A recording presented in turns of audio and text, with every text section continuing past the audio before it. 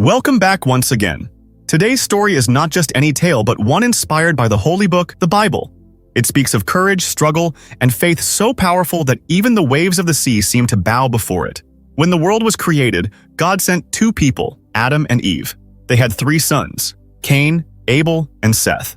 But one day, a dispute broke out, and Cain killed Abel. This is said to be the first bloodshed in the universe. After committing this act, Cain fled west, where he encountered the Watchers, angels cast out of heaven for their pride.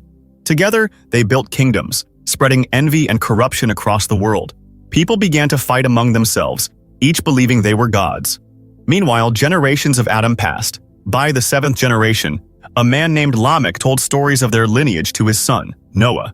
He reminded him that only one power deserves worship, God, for no one is mightier. Suddenly, a group of men arrived.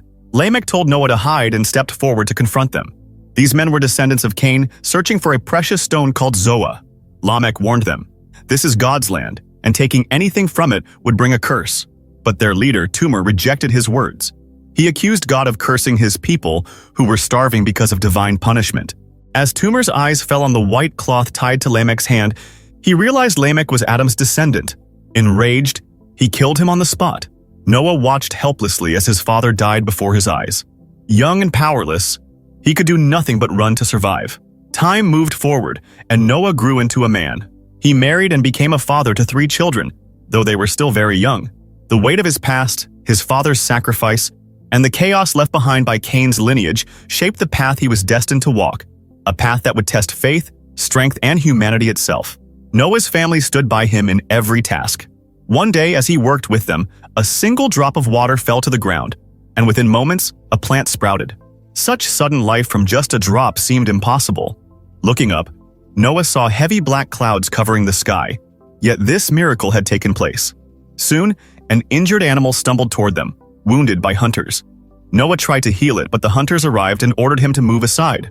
Refusing to tolerate cruelty against the voiceless, Noah struck them down. His young son was confused, wondering why humans killed such creatures. Noah explained simply that mankind had always shown strength over the weak, a nature born from the desire to appear powerful.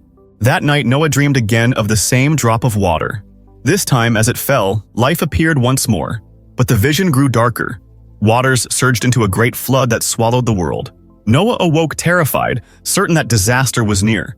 He told his family they had to leave at once, for something immense was about to happen.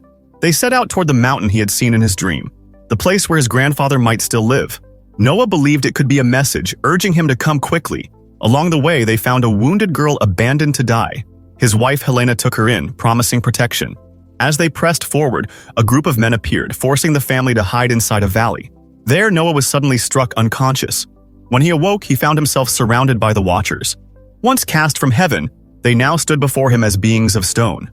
The Watchers declared that mankind had caused them great suffering and should be destroyed, including Noah and his family. One among them, however, argued that Noah's children and wife should not be punished, and persuaded the others to spare them. Later that night, a single Watcher came quietly to the family. Startled, the children trembled, but the being assured them of no harm. He had only come to speak. When Noah stepped outside, he asked why the Watcher wished for such a conversation. The Watcher began to tell his story. He explained that he was not always as he appeared now. Once he had been a being of pure light. Created 2 days after heaven itself, he and the others had been sent to watch over Adam and Eve. When their struggles began, pity overcame them, and they offered help. But this act broke God's command. As punishment, they were cast down to earth along with Adam and Eve. The dust and atmosphere of the lower world consumed them, turning their forms into stone. Even then, the Watchers tried to guide humanity, but men betrayed them, breaking the very gifts given to them. In time, humanity stood against its guardians. Among the first was Cain, Adam's son. With greed and the Watchers' misused power, he built an empire. His people grew like him, corrupt and ruthless. When others rose against them, one man stood to resist. It was Noah's grandfather. For this reason, the Watcher confessed he wished to help Noah, for in him he saw the spirit of Adam, the man for whom the Watchers had abandoned their celestial home, believing he would change the world. Yet his descendants had destroyed that hope. Hours later, Noah and his family reached the mountain from his dream. As he climbed, his belief proved true. His grandfather was still alive and overjoyed to see him. Noah shared his fears, describing the dream of an approaching flood that would swallow the world. He wondered how survival was possible. His grandfather gave him a seed from the Garden of Eden, the first forest where animals had lived and where Adam and Eve had once eaten the forbidden apple. He told Noah that if God had chosen him, then surely a way would be revealed. Carrying the seed, Noah returned to his camp. Soon after, he learned that the watcher who spoke with him had been seized for treachery, accused of siding with humans. As the others moved to execute him, a miracle occurred. From the barren ground, fountains burst forth and trees sprang up, forming a small forest. Noah declared it a sign from God. They would use this wood to build a vessel strong enough to endure the coming flood. The watchers, witnessing the transformation, realized Noah was unlike other men. His vision was different. Moved by this, they chose to stand beside him. Seasons passed, months turned into years, and Noah's children grew into adults. Yet Noah himself remained unchanged in his purpose. He continued building the ark, certain that his prophecy would come true, for he believed God never spoke in vain. The ark now stood massive, already more than half complete, designed to hold every creature of the earth, humans, birds of the sky, and beasts that crawled on the ground. Though his son doubted such an event, Noah reminded him that faith was the greatest strength. He asked if his son had ever believed this barren land would transform into a forest, or that abundant water would one day quench their thirst for years. He explained that God too was like faith. Life itself rested upon it, and at his command, the world could change. Compared to that, the ark was a small thing. Suddenly, flocks of birds appeared in the sky, settling inside the ark, followed by crawling creatures entering as well. Noah recognized this as a sign that the time had come. God was sending a message to be ready. Witnessing the impossible, even his son began to trust his father more than himself, for everything Noah spoke of was coming true. One day, two more arrived with his men. He was the same man who had killed Noah's father before his eyes. Being a descendant of Cain, while Noah was of Seth, they shared Adam's blood yet carried very different legacies. Two more admitted he had never trusted anyone, not even God, whom he blamed for the deaths of many of his people through curses. Though he desired to seize this land, Noah told him to leave, claiming it was not his. Toomer accused him of deception, insisting that nothing would happen as Noah foretold. Still, he warned that if something did occur, he would join Noah in the ark. Noah rejected him, declaring there was no place for Toomer's kind, who were a stain on mankind. Enraged, Toomer swore he would return with a larger army, already preparing weapons, despite his people starving from lack of food. Meanwhile, Noah's son stormed off angrily after a minor quarrel. Noah, pressed for time, urged his wife that the ark must be finished soon. Yet she worried over another problem. There were no women for their sons to marry and continue the lineage. The only exception was the wounded girl they had once rescued. They now called her Isla, and she had grown close to Noah's son, Shem. Isla's old wound had once made motherhood impossible, and Noah feared that with the deaths to come there would be no one left to carry their line forward. Toomer's people would be driven off and slaughtered, and humanity might end. Seeking a solution, Noah's wife, Helena, went to the grandfather and told him everything.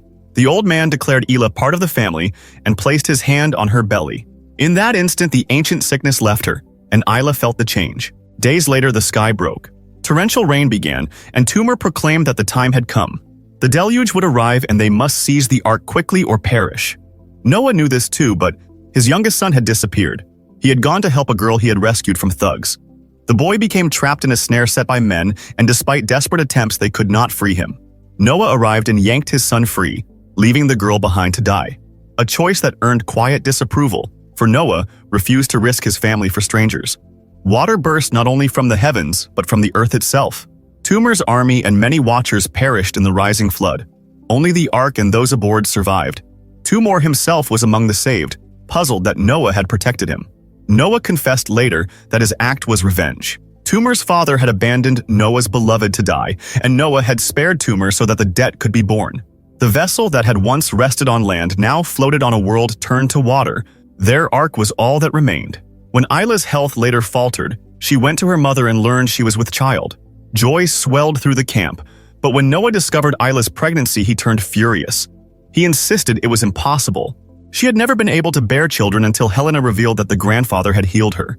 Noah saw that act as a breach of divine ordinance, an alteration of what God had written, and he stormed out to beg God's forgiveness, receiving no answer. Family gathered, and Helena tried to soothe him, but Noah declared that if the unborn was male, that child would be the last of their kind. If female, he vowed he would kill her rather than allow humanity to defile the sacred earth again. The ark moved on, loaded with fragile hopes and fractured conviction. Hearing this, Sam, the eldest son, felt his heart shatter. He had never imagined his father would speak so of his own grandchildren. He secretly began building a small boat to flee with Isla and her unborn child, but Noah discovered and burned the craft. Meanwhile, Tumor manipulated events to present his son before them. A fight erupted. Noah began to lose. Tumor taunted that Noah should have killed Sam the day he killed Noah's father, but fate intervened when Sam rushed in and struck Tumor down to protect his father. Flawed blood bound them, and Sam would not let his father die. Isla gave birth to twins, 2 girls. When Noah learned, he set out to kill them. Their wails stopped him briefly, and Isla begged that he not slay them while they cried, saying he might do it once they were silent. Yet when silence came, Noah could not bring himself to kill them. Love softened him. Forgiveness followed. He admitted that he had broken divine law to heal Isla, then sought pardon. As time eased, the floodwaters receded and green land reappeared. The survivors found a lush island with food and water and settled there. Noah, however, could not live with what he believed he had done. He punished himself with solitude and drink, convinced he had betrayed his family and the world's chance to be renewed. His sons came to plead and keep him company, distressed by his ruin. Slowly they reminded him that he was only human and that humans err. In the end, mercy and love had guided his choice to spare the girls. Their decision brought Noah a measure of peace. He returned to the family and declared that they were, in effect, a new Adam and Eve for the healed earth. He urged them to spread across the land, not with envy, greed, or deceit, but with love, mercy, and beauty, so humanity might be reborn kinder than before. The camp listened, and life began again under a different covenant, to nurture, not destroy.